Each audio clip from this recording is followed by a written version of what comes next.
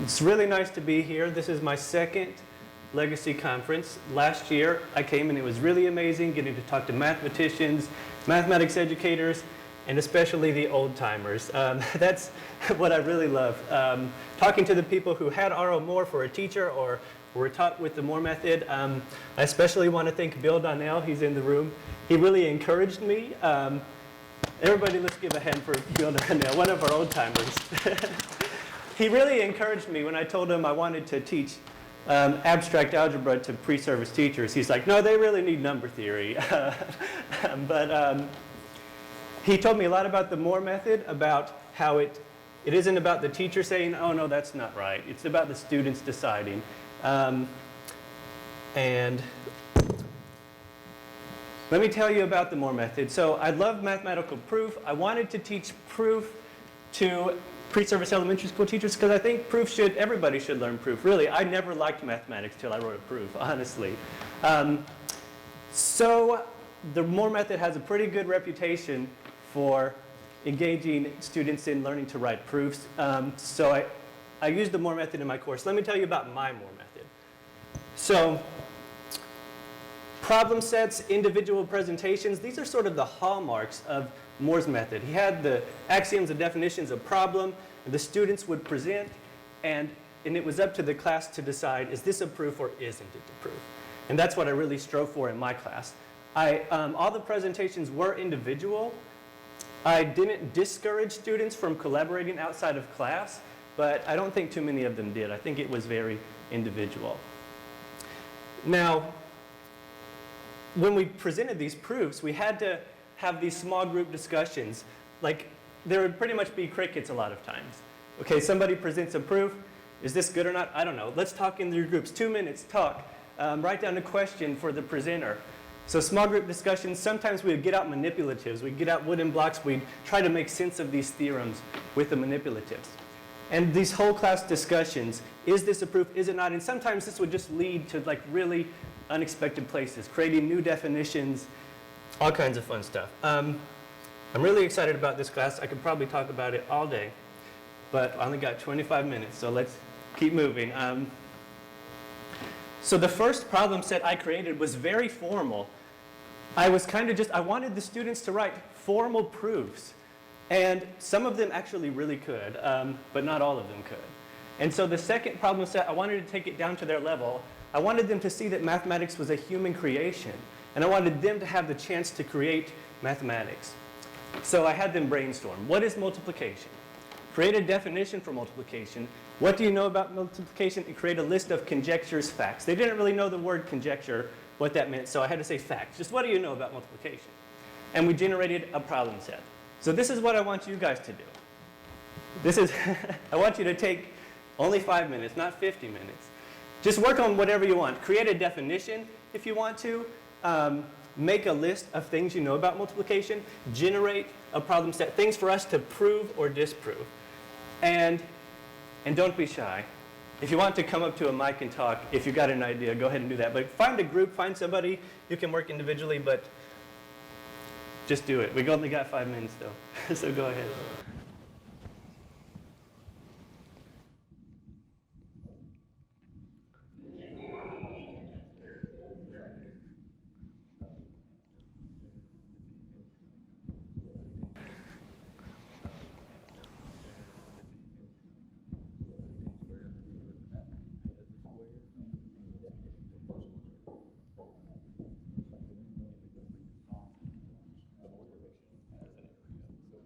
Okay, we have one brave soul is going to tell us his definition for multiplication. Given two numbers, a and b, we define the product of a and b as the sum of a with itself b times. Okay, did anybody come up with a definition similar to that one? Repeated addition? So my students came up with this one too. Pretty much exactly the same. And one of the students had a problem with this definition. She was trying to prove that any number times 1 is the number itself. A times 1 equals A. And she said, well, if we use this definition, then we're taking A, adding it to itself one time. A plus A is equal to 2A. It's not equal to A. So she altered this. She said we have to say we're summing A, we're adding A to 0, B times. And they ran with this all semester. They really caught on to that. So we don't have a lot more time for facts and conjectures. Let me show you what our first problem set looked like. So this was after the first class, that 50-minute period. We had, I really wanted them to think more about that definition. I was really pushing them for formalism, but I kind of backed off about that a little bit. They thought the multiplication of two numbers always results in a larger number. We disproved that one pretty quickly. Lots of interesting things here. So let me talk about the problem set. It just kind of got bigger over the month. This happened over a month. We just kept getting more things that we needed to prove or disprove, more conjectures. And let me tell you a little bit about how that happened. So here is one of the things from the first day, the conjecture: an odd number multiplied by an odd number is odd. So from the first problem set, I had created this definition. An integer n is odd provided n equals k plus k plus 1 equals 2k plus 1 for some integer k. So here's a student's presentation. She said n is 2k plus 1 for any integer k. M equals 2j plus 1. She formed the product. She foiled. She said FOIL, I think. She factored out a 2. And she said that's the definition of an odd number. And like I said, I really wanted the students to be the judge of this. But I knew that a lot of the students aren't going to really be understanding what's going on with this algebraic manipulation. And there was crickets for about 5 minutes. I said, I'm just going to sit here. Somebody has to make a comment or a question. And it was crickets, really 5 minutes. I really let it go. and I decided to tell a story. I said, so we're using the Moore method here. Let me tell you about some old timer I saw at a conference. He said, when I was in school, we learned with the Moore method to learn proof. And he said, a student would come, they would present their proof on the board. The instructor would say, maybe in line 3, can you think about that a little more and come back tomorrow and talk about it again. Work a little bit more on line 3. The problem is, a lot of times the student just didn't come back the next day. And so I said, let's take a look at this line. You said you foiled. What does that mean? Foil, what is that? You say you factored out a 2. What is that? So we have 2 new problems. Foil, we have to prove that. Factoring out, what is that? How do we justify it? And it took, they couldn't figure it out. It was pretty tough. So I had to give them a hint. I had to say, well, distribution. Why don't you try to prove this first? This is pretty crucial. It kept coming up in our lectures. And then pretty soon, a girl had a beautiful proof of the distributive property. I loved that proof. I told her, I wrote in my notebook, beautiful proof. I think the same girl proved the FOIL. Lots of different people had a proof for that one. In factoring out, they figured out its distribution. So I hope that maybe you can have some idea about how we got this big problem set. A lot of it was student conjectures too and new definitions. So one more thing I want you guys to do together. This was another exercise they came up with. Any square number can be represented visually with blocks as a square. And this is their second definition. They redid this definition. They say the square of a number k is k times k is k squared. So what would you do if you were expected to come to class ready to present an argument for or against this claim? Now, you might say, oh, it should be perfect square, this, that. You can change it. You know, it's a definition. We can change those. Mathematics is this human activity. It's negotiable. So just take a couple minutes, maybe 5. Just see if you can come up with a proof for this one or maybe a new definition. I think you might have some paper there at your desk. And if you ever have a question, come up and just ask me. Come to the microphone too.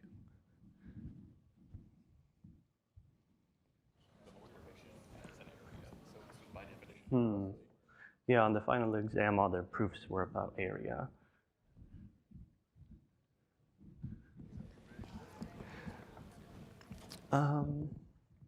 No, geometrically, they were looking at it visually, like using paper like this and thinking about it.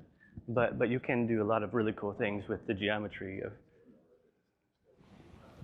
I think we know k is a number, right?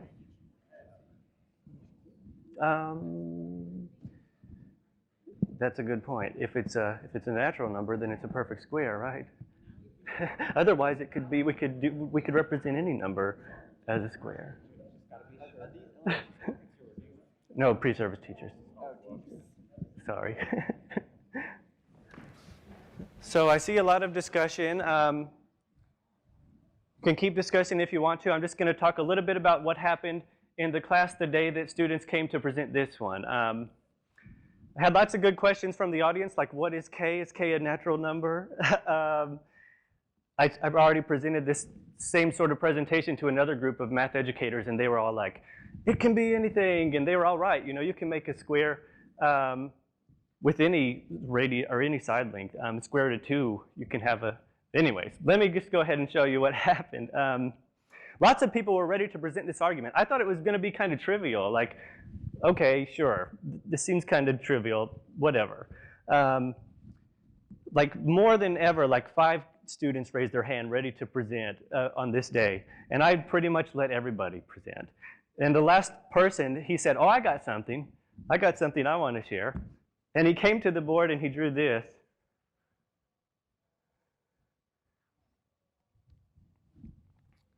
He drew this, and we all kind of stared at it for a minute.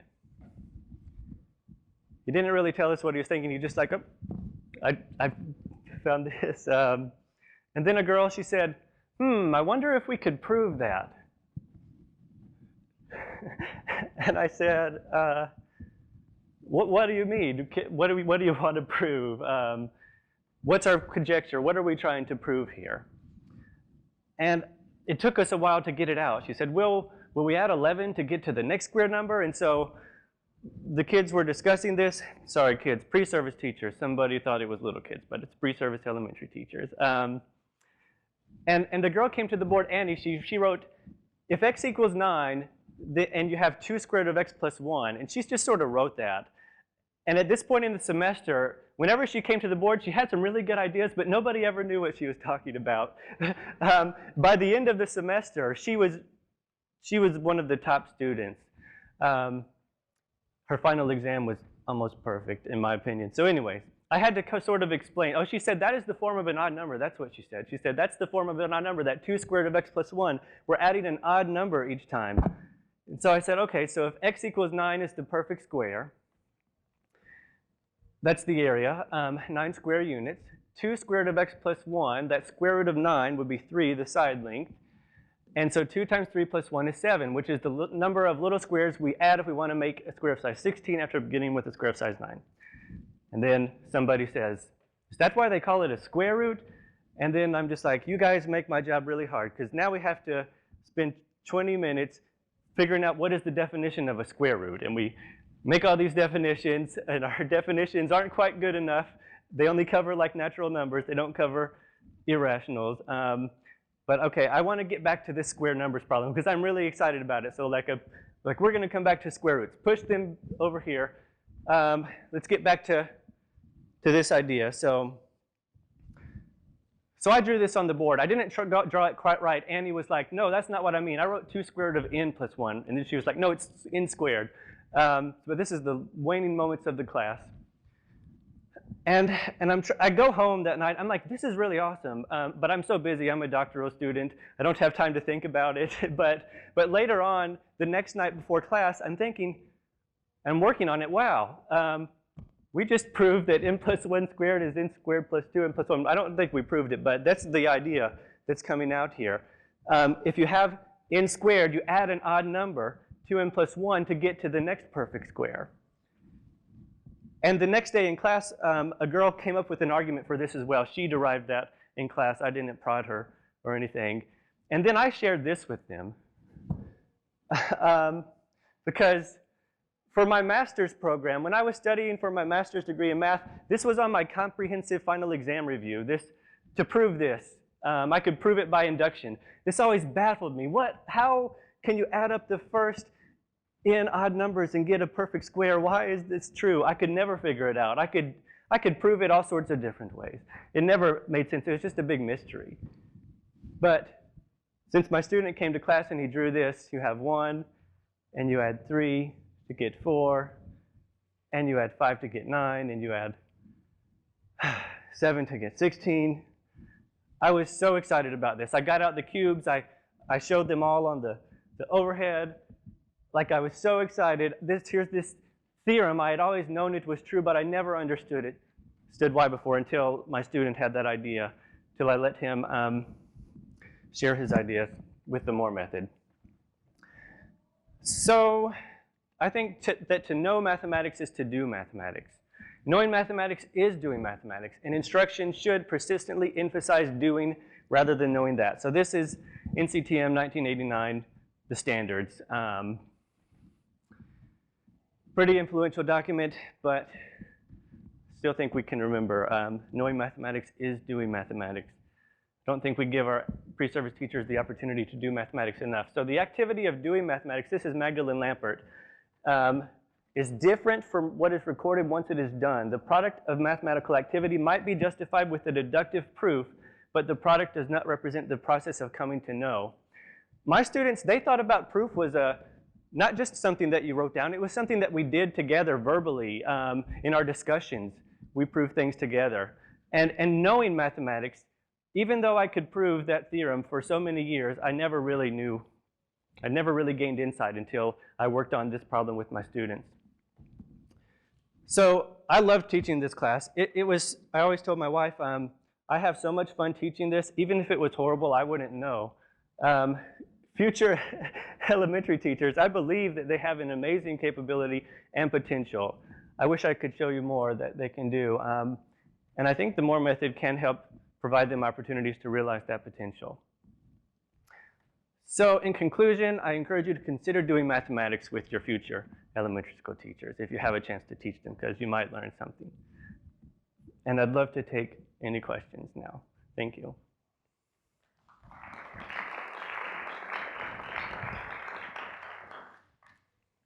Hi. Hey. Allegra Reiber, University of Denver. I was thinking about the multiplication and fractions and how one of the things I've seen with teachers a lot that's important for their students to understand is the concept of unit. And it's some of those ideas that where the contextualization of the number becomes so important. I don't know if you or anyone else has thought about how do we reconcile that with trying to get to proof? Like how do you define what a unit is when you want someone to get hands-on and be able to move beyond? And I didn't know if you had ever talked about that with those students. Yeah, that's interesting. So it reminds me of our last problem set again, which I told you we had to sort of zip through, but it was about fractions and place value. And let's see, let me find an example of what I want to tell you. So right here, exercise 3C. Jeff said 1/2 is always larger than 1/4. That's not always true, said Don. Choose a side and create a proof that justifies your position. So that's the kind of thing I did. And they came up with the argument, it just depends, on the number. I actually was at a conference in Pittsburgh the day that they went over this. Kind of why I gave them this, because I couldn't be there. But they basically, when I got back, they were like, we want to tell you all about what we did. And it was all about how it matters which number do you start with. Like this one, 1/2 is always equal to 1/2. Those sorts of problems, we even sort of took arbitrary units. Like we had x if x was the unit, and we sort of worked from there. And they did that while I was gone, actually. Like I came back and they're like, yeah, we did all sorts of stuff and we generalized it. I was impressed. So I'd love to talk to you more about what you mean